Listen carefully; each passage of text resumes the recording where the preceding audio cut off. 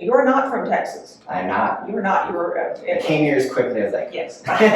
You got the bumper sticker in Yeah, here. exactly. No, we would call you you're a Tex plant. You got here.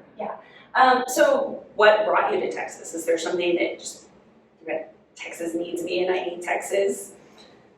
It started with the weather, and it started. And you're rethinking that this summer, right? Well, Yeah. Mm-hmm. I grew up in Minnesota, Mm-hmm. and then after college moved to Chicago, spent some time there. Love the Midwest, but those years and years of winters. And by winters, we're talking into May and June, and a lot of. I sometimes think spring is a myth. Yeah. So I own a presentation agency, and so we collaborate with clients all over the country, in some cases all around the world. I've always thought the central time zone is excellent for that. Yes, that's true. You can work with California and New York very easily. Whereas being, yes. Yeah, if you're working in LA, you're getting emails from New York, before you're even awake, and it always kind of feels like you're behind a little bit. Yeah. So I definitely wanted to say central. Love Chicago, love Minneapolis, love the Twin Cities, and then I was thinking something a little bit warmer, and then I heard amazing things about Austin. Came down here one weekend, first time, and then 6 months later I was living there. So I've been here since 2015, which in Austin standards is practically like a native Texan. Exactly. You've definitely earned your designation. Your cowboy hat. Yes, there you go. You've earned your boots. I think everyone gets a tip of the cap after this summer too, if you're going to have experienced the hottest summer on record. But yeah, it's been amazing, and I think honestly, spurring me to some of my political actions, just seeing how much more Texas offered than what people outside of Texas often perceive. I've just been so impressed with Houston, DFW, San Antonio, I really fall in love with hill country, especially during the pandemic when there was nothing to do with the cities. Anyway, it's an amazing state, and I still feel nationally, or even among many Texans, people really appreciate the depth of diversity, depth of culture that is offered here. And through this project, I really wanted to better represent that to both Texans and others. Because it's really, even native Texans are sort of unaware of the diverse nature of the populace and beliefs, and it comes to us as a surprise to some folks. Yeah, and so I was actually born in Houston, lived in Houston for my early childhood, then moved to San Antonio. And Houston and San Antonio are night and day different. And then, I actually went to Europe and was an exchange student in Belgium, and then came back to Texas and went to school in West Texas. And that's a culture shock. And then got married and moved to Austin. I've been here the longest, but even living here, growing up here, each area is so different, and it's kind of a shock. It's a little bit of a culture shock from place to place. I often say, the easiest vacation is San Antonio. It's an hour and a half drive from Austin. Feels night and day. Feels like you're in a totally different space and different culture. It's amazing. I love going down there. It's super affordable. San Antonio is great fun. And then we actually, this is maybe 5-6 years ago, my company had the opportunity to work on a sort of a welcome introduction presentation for Rice University in Houston. And so that was so cool because it was basically a showcase of 20-30 fun facts about the Houston metro area. And I just learned so many things that I had never known. Yeah, Houston has some fabulous, everything. Restaurants, things to do. Most diverse city in the country. Yeah. It's incredible. Dallas is getting better, and I'm a Dallas native, but I still would move. If I had to move anywhere other than Austin or San Antonio, I would have to pick Houston over Dallas. Yeah. Josh and I both say the same thing. It's like, okay, we could either go to Houston, or we could go to San Antonio, or we stay here in Austin. Well, and again, kind of comparing to when I grew up in the Midwest, I lived in typically the large metro areas, and so there's some interesting towns, but here from where I live in Austin, it's 3 hours to DFW, Houston, 1.5 hours, San Antonio. literally 20 million people Or an within a hour, 3 to 4 hour and a half hour in drive. the hill country Yeah. and going and getting a completely different experience It's there. incredible. And then again, then I can get to the Gulf and go to Yeah. Galveston or drive down to South Padre. Well, and you can also go to Northeast Texas, and it's a whole different, Yes. it's a whole different world. That's a whole different world in a whole lot of ways. Yeah, and so my dad is from Northeast Texas, and so you go up to the Texas, Louisiana, Arkansas border, and it's a different accent. It's a different. I mean, the food's different. Everything's different. So Then you combine the state names together and you've got Texarkana. There you go. the Arklatex. So as a Tex plant, what is something that you find that is uniquely Texan? I was immediately struck, and you kind of perceive this externally, but immediately struck by the pride in the state of Texas. I don't know that I necessarily knew what the Minnesota flag looked like growing up, or it was something that you saw on every street as you're moving around your town. Mm-hmm. And so I was really inspired by that pride and that just heritage that Texans felt. And so it was neat to be a part of that, not only as someone living in Austin, but kind of experiencing the whole state as we've been discussing. Mm-hmm. And yeah, ultimately, I come from it from a position of humility and respect of what exists here. And again, I through this organization, through Truth by Texas, have been just trying to better feature and highlight, again, what I believe are underrepresented parts of what this state is all about, and what some of these preconceived notions of Republicans being in charge for the last 30, almost 30 years, has really created impressions that I don't think are realistic or accurate of what the state offers. I definitely agree, and I think that perception is true for native Texans as well as outsiders perceiving Texas. I think even people who were born and raised here have this skewed perception or notion of what all is here.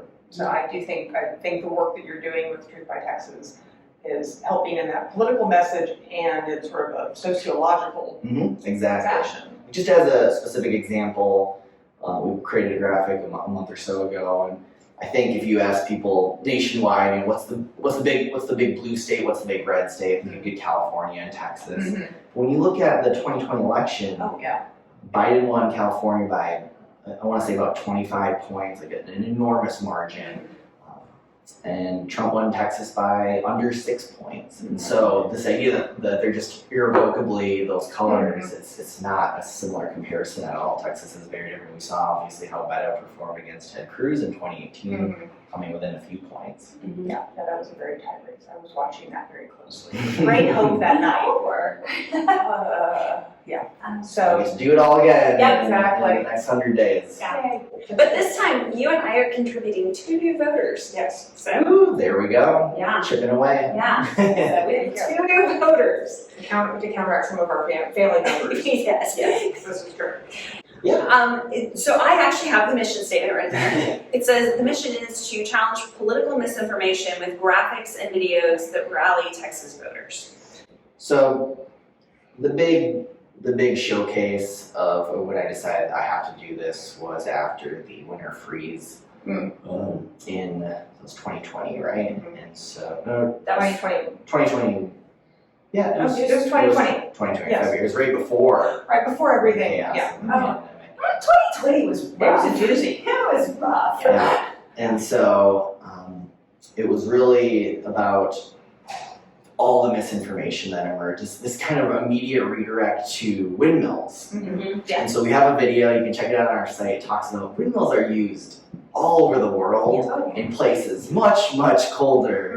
Minnesota and Iowa have wind turbines, and I say windmills, I really mean wind turbines. Yeah. And there's simple things you can do to have them be able to be de-iced and have that built in. Texas elected not to do that. Either way, that's a total misdirect. That was a tiny percentage of what was actually the issue, much more related to natural gas and that not being winterized. And so this immediate redirect, Green New Deal, which hadn't passed in Texas, it hadn't passed anywhere, it didn't make any sense. Right. Immediately the blame has started getting shifted. Of course, you've got a Republican energy grid, literally championed by them for the last 30 years. Yes, right. But yet it's not their fault that it is now failing Texans. Of course not. So that was when I really thought we need to have a voice. We need to make sure that this content's being created so that Texans are getting accurate information. And if there's not that counterpunch, there's not that challenge to the elected officials and what they're saying, a lot of people might just accept what's being fed to them. I think that happens regularly, and it's very unfortunate. But so I think, and that's why I think what y'all are doing at Truth by Texas is crucial, because we've got to have a way to combat that misinformation, Exactly. misrepresentations. It's impressive to watch some of the right-wing coordination, like the talking points get disseminated very effectively. And everyone follows one. Yes, because of course, inevitably we get a variety of comments on our posts throughout the channels. And I try to keep an eye on them and see which ones are credible critiques and which ones are just sort of nonsense. But again, it is quite interesting to see how many people chime in with kind of the talking point on that side in support of whatever issue is being stated. So there is that, and again, the right-wing side, the conservative side, especially in Texas, is very effective at getting their talking points disseminated. And so that's, again, another reason why we feel it needs to be challenged to make sure the truth does emerge. Mm-hmm. Well, giving people the tools to make those counter arguments with your relatives at the dinner table. And I really want to double down. We're called Truth by Texas. So on our content library, I try to include every graphic we post. I try to include on the bottom a link so that you're able to verify the information that we're sharing.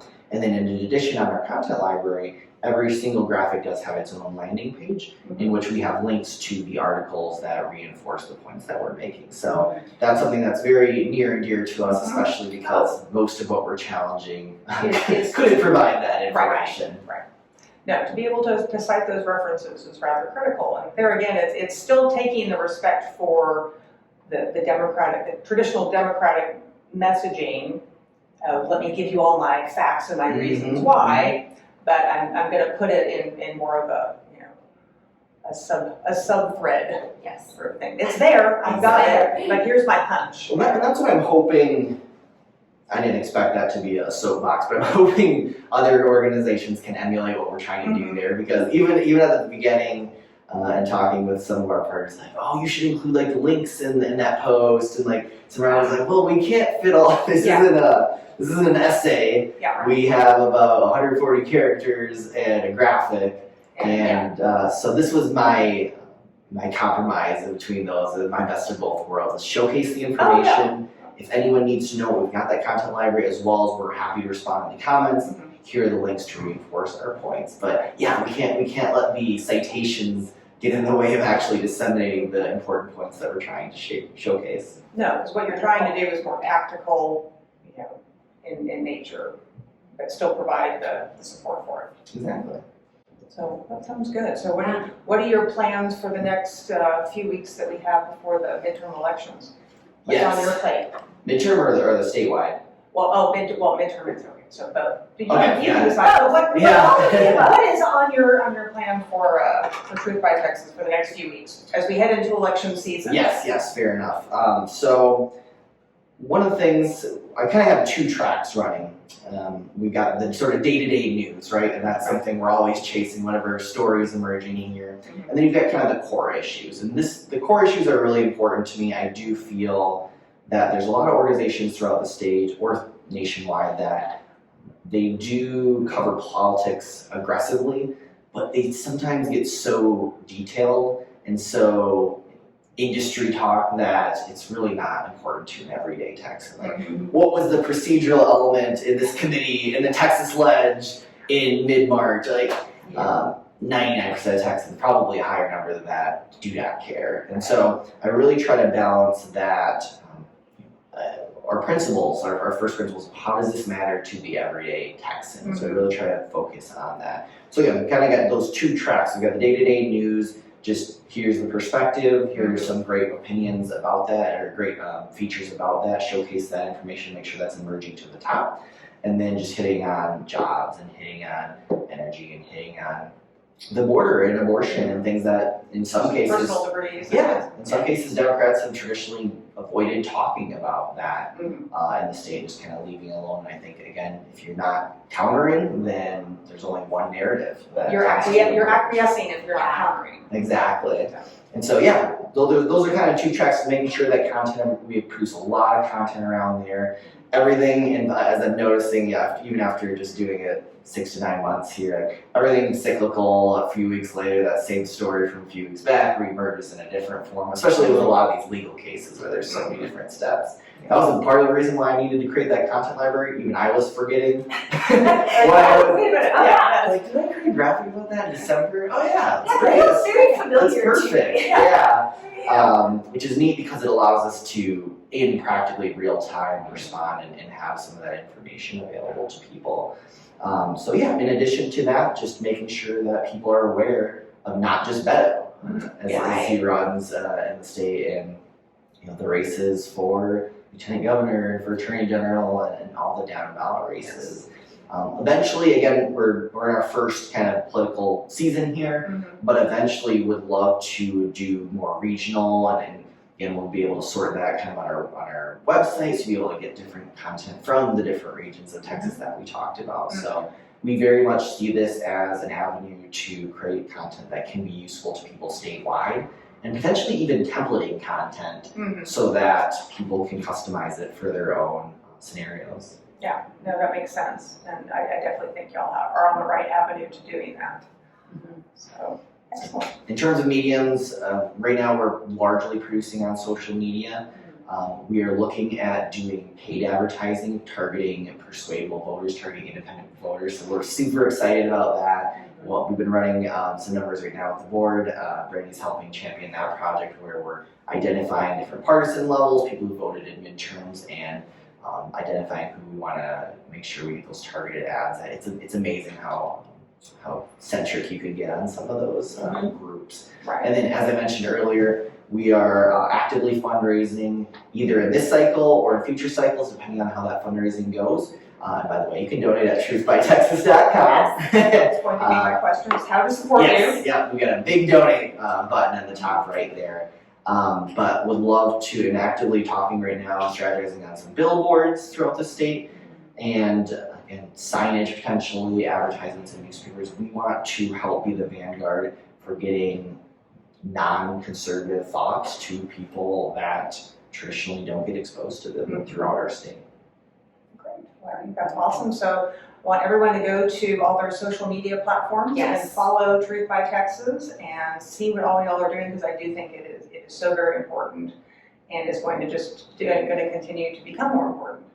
And we want to thank Luke for spending some time with us today and talking about Truth by Texas, and we hope to talk to you again soon.